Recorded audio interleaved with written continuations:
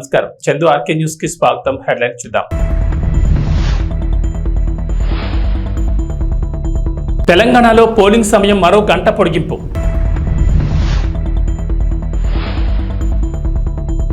ఏపీలో మద్దతుగా ఎన్ఆర్ఐలు ప్రచారం.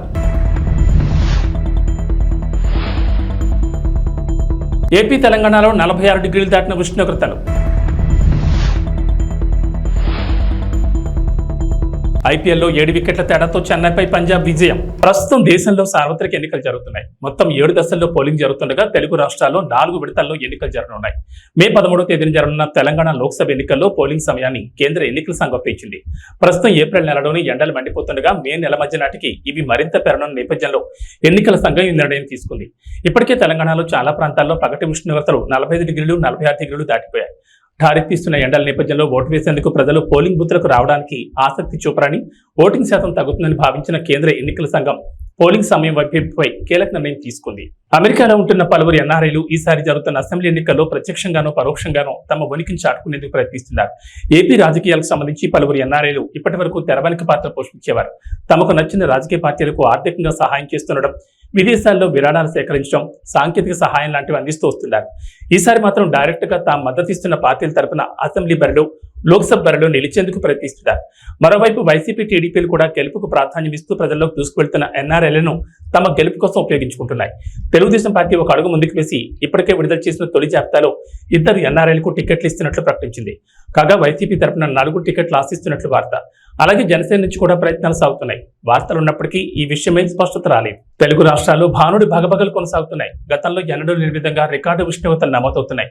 పలు జిల్లాలు నిప్పుల కొలిమిని తలపిస్తున్నాయి. ఎన్నడూ లేనంతగా రికార్డు స్థాయిలో గరిష్ట ఉష్ణోగ్రతలు నమోదవుతున్నాయి. ఇప్పటికే 46 డిగ్రీలు దాటిన ఉష్ణోగ్రతలు మరో 4 రోజుల్లో 49కి చేరొచ్చని వాతావరణ శాఖ అధికారులు అంచనా వేస్తున్నారు. ఈ నెలాఖరు వరకు వడగాల్పుల తీవ్రత కొనసాగుతుందని హెచ్చరిస్తున్నారు. రికార్డు స్థాయిలో ఏపీలో ఎండలు రికార్డు స్థాయిలో నమోదవుతున్నాయి. రోజు రోజుకి ఉష్ణోగ్రతలు పెరిగిపోతుండటంతో ప్రజలు బెంబేలెత్తిపోతున్నారు. మధ్యాహ్నం బయటకు రావాలంటే జంకిపోతున్నారు. బుధవారం పల్నాడు జిల్లా కొప్పనూరులో అత్యధికంగా 46.2 డిగ్రీల సెల్సియస్ ఉష్ణోగ్రత నమోదైంది. తిరుపతి జిల్లాలోని మంగనెల్లూరులో 46, ఎన్టీఆర్ జిల్లా చిల్లకరలో 45.8 డిగ్రీలు, నంద్యాల జిల్లా బనగానపల్లి, నెల్లూరు జిల్లా మరిపాడులో 45.7 డిగ్రీల ఉష్ణోగ్రతలు ప్రజలకు ఆందోళన గురి చేస్తున్నాయి. దక్షిణ చైనాలోని వాంగ్డాంగ్ రాష్ట్రంలో బుధవారం ఓ హైవే రోడ్లో కొంత భాగం కుప్పకూలిపోవడంతో 19 మంది మృతి చెందారు. స్థానిక మీడియా తెలిపిన వివరాల ప్రకారం వాంగ్డాంగ్ ప్రావిన్స్ లోని మీజౌ, డాబు కౌంటీ నగరాల మధ్య ఉన్న రోడ్లో కొంత భాగం బుధవారం తెల్లవారుజామున 2 గంటల 10 నిమిషాల ప్రాంతంలో కూలిపోయింది.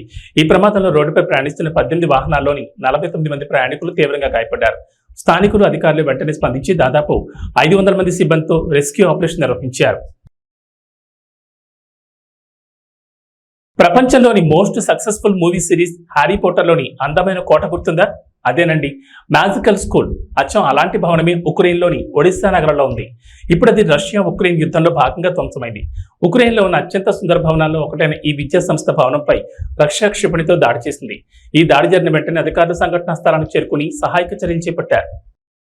సగటు మనిషి కోసం ప్రాణాలకు తెగించి ఒక నయవంచకుడు, గోండా, ఒక దోపిడీదారుడిపై పోటీ చేయడానికి మీ గళమై గుండు చెప్పడి ఇక్కడ ఉన్నా అంటూ సీఎం జగన్ ఉద్దేశించి జనసేన అధినేత పవన్ కళ్యాణ్ విరుచుకుపడ్డారు. నాన్నలేని బిడ్డను ఒకే ఒక ఛాన్స్ ఇవ్వండి అని జగన్ అడిగితే అంతా ఇచ్చారు. ఆ ఒక్క ఛాన్స్ అయిపోయింది, ఇక చాలు. సంపూర్ణంగా రాష్ట్రాన్ని ఎలా దోచేశారో చూశారు. ఈసారి మీరు ఛాన్స్ ఇచ్చుకోండి. మీ భవిష్యత్తును మీరు నిర్ణయించుకోవడానికి ఒక ఛాన్స్ తీసుకోండి అంటూ ప్రజలు పిలుపునిచ్చారు. అనకాపల్లి జిల్లా అచ్యుతాపురం, పెందుర్తి, డాక్టర్ బిఆర్ అంబేద్కర్ కోనసీమ జిల్లా మండపేటలో బుధవారం నిర్వహించిన వారాహి విజయబేరి సభలో ఆయన ప్రసంగించారు. జోగేశ్వరరావు గారికి, లీలాకృష్ణ గారికి, కోనసీమ పార్లమెంట్ అభ్యర్థి జిఎం హరీష్ గారికి, మా జనసేన నాయకులందరికీ, బండారు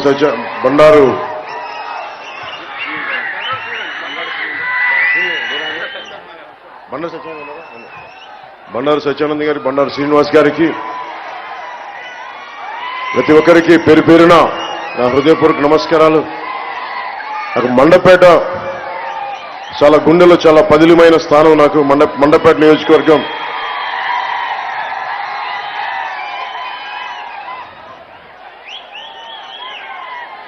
ఈరోజు మేడే సందర్భంగా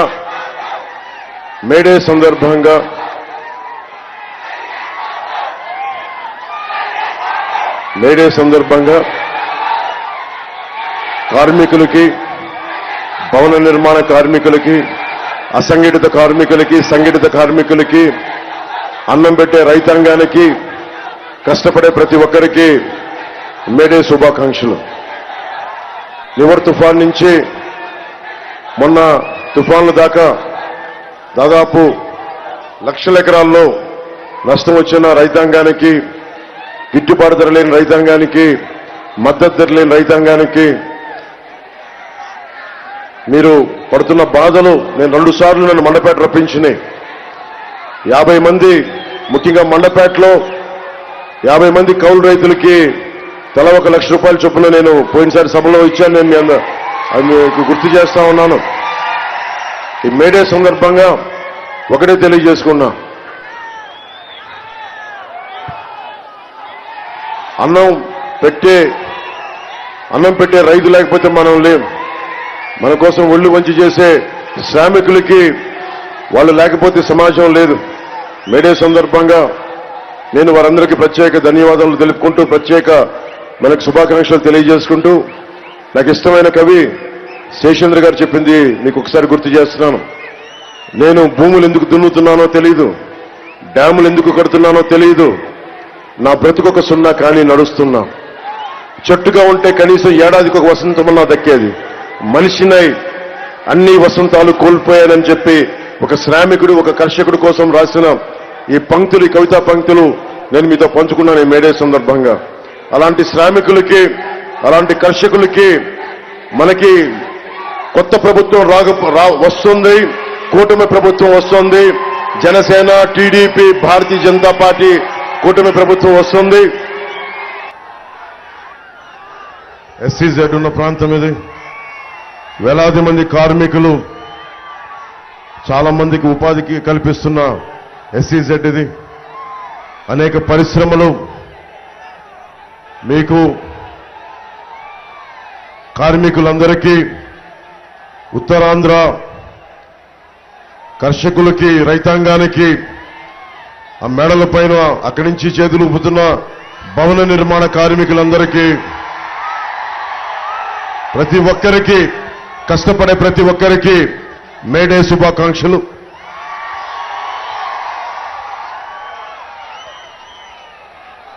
నువ్వేమో నా ప్రాణం అని చెప్తున్నావు, మీరు నా ప్రాణం అని చెప్తున్నావు. శేషేంద్ర గారు నాకు ఇష్టమైన కవి. మేడే అంటే కర్షకుల గురించి, శ్రామికుల గురించి మాట్లాడతా, ఉత్తరాంధ్ర నుంచి వలసలు వెళ్ళిపోతా ఉంటారు. భవన నిర్మాణ కార్మికులు దేశమంతా కష్టపడుతూ ఉంటారు. ఉత్తరాంధ్ర భవన నిర్మాణ కార్మికులు, వారి గురించి, కర్షకుల గురించి, శ్రామికుల గురించి ఆయన అన్న మాటలు తెలియజేస్తాను. నేను భూములు ఎందుకు దున్నుతున్నానో తెలియదు, డ్యాములు ఎందుకు కడుతున్నానో తెలియదు, నా బతుకొక సున్నా కానీ నడుస్తున్నా. వేళ్లు కాళ్ళై నడిచే చెట్టు మనిషి.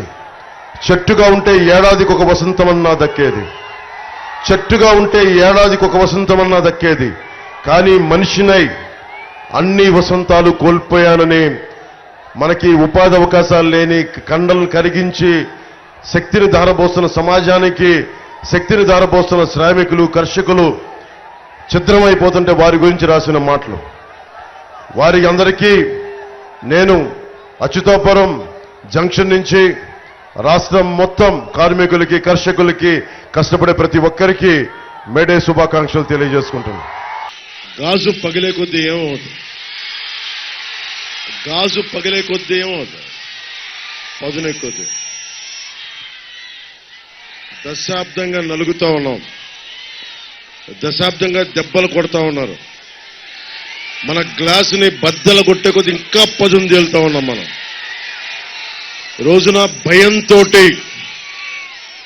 భయం గుప్పిట్లో ఉన్న ఆంధ్రప్రదేశ్కి, భయం గుప్పిట్లో ఉన్న 5 కోట్ల మంది ప్రజలకి, భయం గుప్పిట్లో ఉన్న అన్ని వర్గాలకి జన సైనికులు, మబ్బుల్లో పరిగెత్తే పిడుగుల్లాంటి జన సైనికులు, మగాళ్ళకి మేమేం తీసిపోం. మేము ఆది పరాశక్తులు అంటూ వచ్చిన మా ఆడపడుచులకి, వీర మహిళలకి, మా యువతులకి మీ అందరికీ మేడే శుభాకాంక్షలు. భవన నిర్మాణ కార్మికులకి, రైతులకి, కష్టంతో పనిచేసే ప్రతి ఒక్కరికి కూడా మేడే శుభాకాంక్షలు.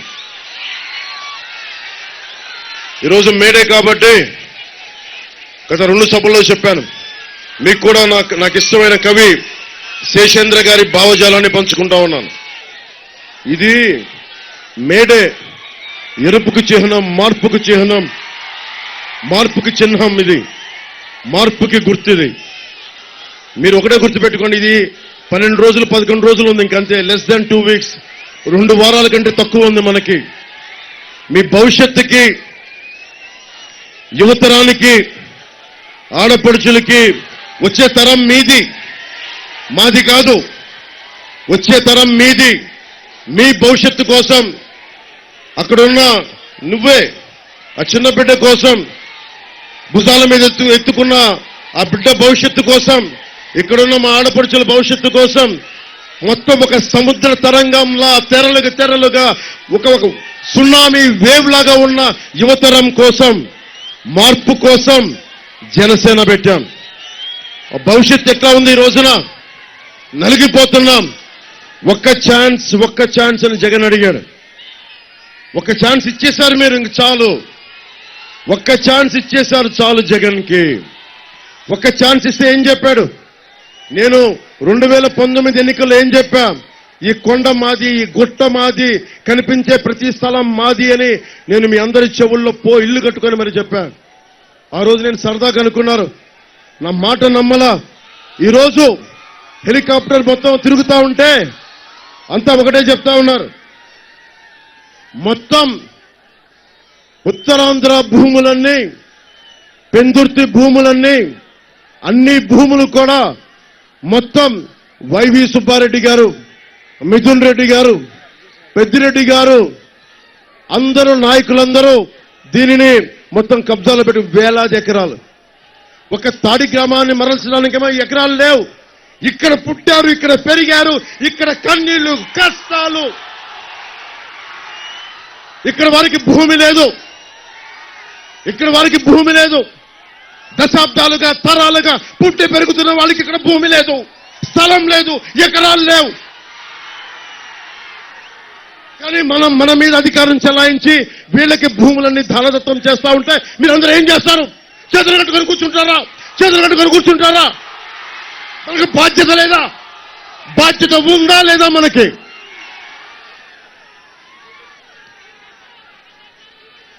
వైసీపీ ప్రభుత్వం 3 కబ్జాలు 6 సెటిల్మెంట్లతో ఉంది. వైసీపీ ప్రభుత్వం 3 కబ్జాలు 6 సెటిల్మెంట్లు. ఏ మూలకెళ్ళు ఇదే మాట.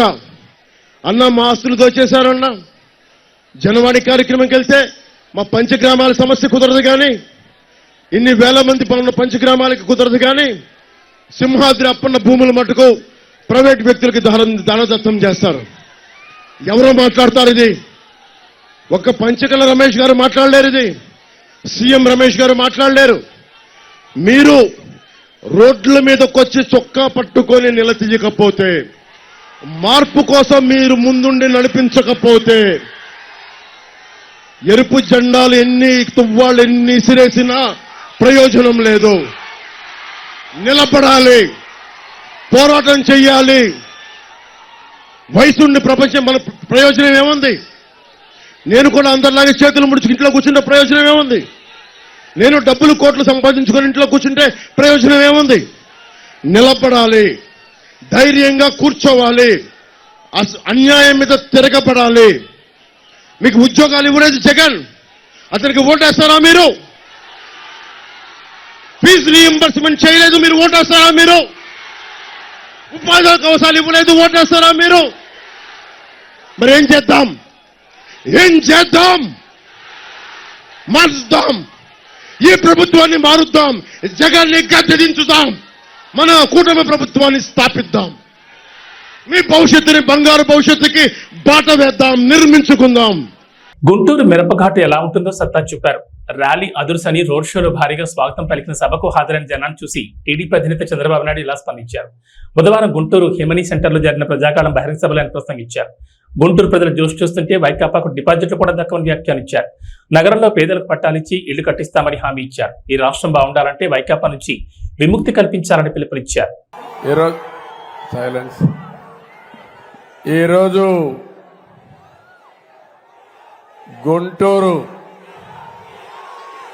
గుంటూరు మిరప ఏంటో, మీ సత్తా ఏంటో చూపించారు, అవునా కాదా అని అడుగుతున్నా. ఈరోజు గుంటూరు ర్యాలీ అదర్స్ మనుషులు వస్తారు కానీ మీ జోష్ చూస్తే మాత్రం ఇప్పటి కూడా నాకు అర్థం కాలేదు ఎక్కడి నుంచి వచ్చింది ఈ జోష్ అని.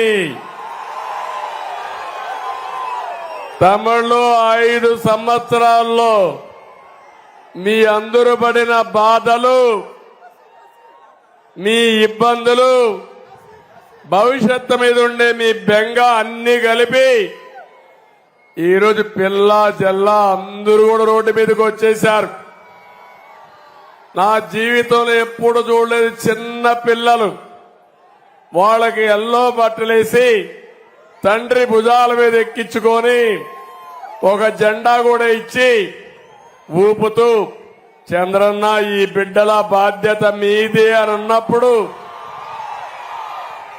ఆ నమ్మకానికి నా జీవితం ధన్యమైపోయింది. ఏ నాయకుడైనా బతికేది నమ్మకం కోసమే బతుకుతాం, అవునా కాదా అని మిమ్మల్ని అడుగుతున్నా.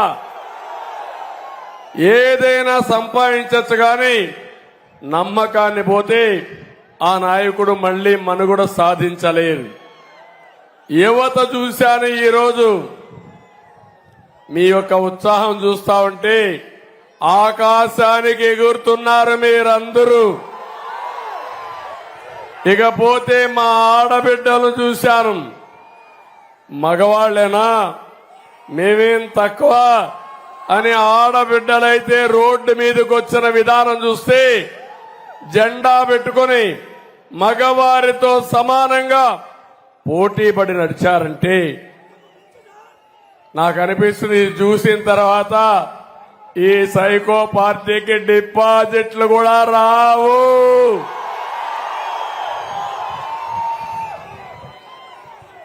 ఒక్క విషయం ఇక్కడంతా మిమ్మల్ని అందరినీ ఒకటే కోరుతున్నా, ఈరోజు మేడే కూడా మీ అందరికీ కష్టజీవులకు అందరికీ మేడే శుభాకాంక్షలు తెలియజేస్తున్నా. ఇంకో పక్క ఇక్కడికి నేను వచ్చింది గుంటూరు కాదు, అమరావతి రాజధానిలో భాగం గుంటూరు. తమిళలో హైదరాబాదు సికింద్రాబాద్ ఉంటే మూడో నగరం సైబరాబాద్ నిర్మాణం చేసి దాని చుట్టూ 165 కిలోమీటర్ల ఔటర్ రింగ్ రోడ్ వేసి గ్రామాలు మున్సిపాలిటీని అనుసంధానం చేసి ఒక మహానగరానికి శ్రీకారం చుట్టాం. ఈ సైకో రాకపోయుంటే, అమరావతి కొనసాగుంటే ఈ గుంటూరు ఎక్కడుండేది తమ్ముళ్ళు అని మిమ్మల్ని అడుగుతున్నా. నేనెప్పుడు కూడా నేను క్రియేట్ చేసిన రికార్డులు నేనే బద్దలు కొట్టాలనే నా సంకల్పం. హైదరాబాద్ లో 163 కిలోమీటర్లు అయితే అమరావతి ఔటర్ రింగ్ రోడ్డు 185 కిలోమీటర్లు. గుంటూరు అవతల వచ్చేది, అటు చిలకలూరుపేటకు వెళ్లేది, అటు విజయవాడ అవతల హనుమాన్ జంక్షన్ కు వచ్చేది. తమ్ముళ్ళు, నా కలలన్నీ దుర్మార్గుడు వచ్చి విధ్వంసం చేశాడు, అది నా బాధ. ఇండియన్ ప్రీమియర్ లీగ్ లో బుధవారం జరిగిన మ్యాచ్ లో పంజాబ్ స్పిన్నర్లు రాహుల్ చాహర్, హర్ప్రీత్ బ్రార్ లో చెన్నై సూపర్ కింగ్స్ బ్యాటింగ్ ను 7 వికెట్ల తేడాతో గెలుపొందారు. కెప్టెన్ రుతురాజ్ గైక్వాడ్ 10 గేమ్లలో తన 9వ టాస్ ఓడిపోయి పంజాబ్ ఫీల్డింగ్ ఎంచుకున్న తర్వాత చాహర్ మరియు బ్రార్ ఒక బౌండరీని వదిలేయలేదు. మరియు వారి 8 ఓవర్లలో కేవలం 33 పరులకు 4 వికెట్లు పడగొట్టి చెన్నైని 162 పరులకి 7 వికెట్కి పరిమితం చేశారు. ఓడిపోయినప్పటికీ చెన్నై సన్ రైజర్స్ హైదరాబాద్ మరియు ఢిల్లీ క్యాపిటల్స్ కంటే మెరుగైన నెట్ రన్ రేట్తో 10 పాయింట్లతో నెంబర్ 4 స్థానంలో నిలిచింది. పంజాబ్ 8 పాయింట్లతో 7వ స్థానంలో ఉంది.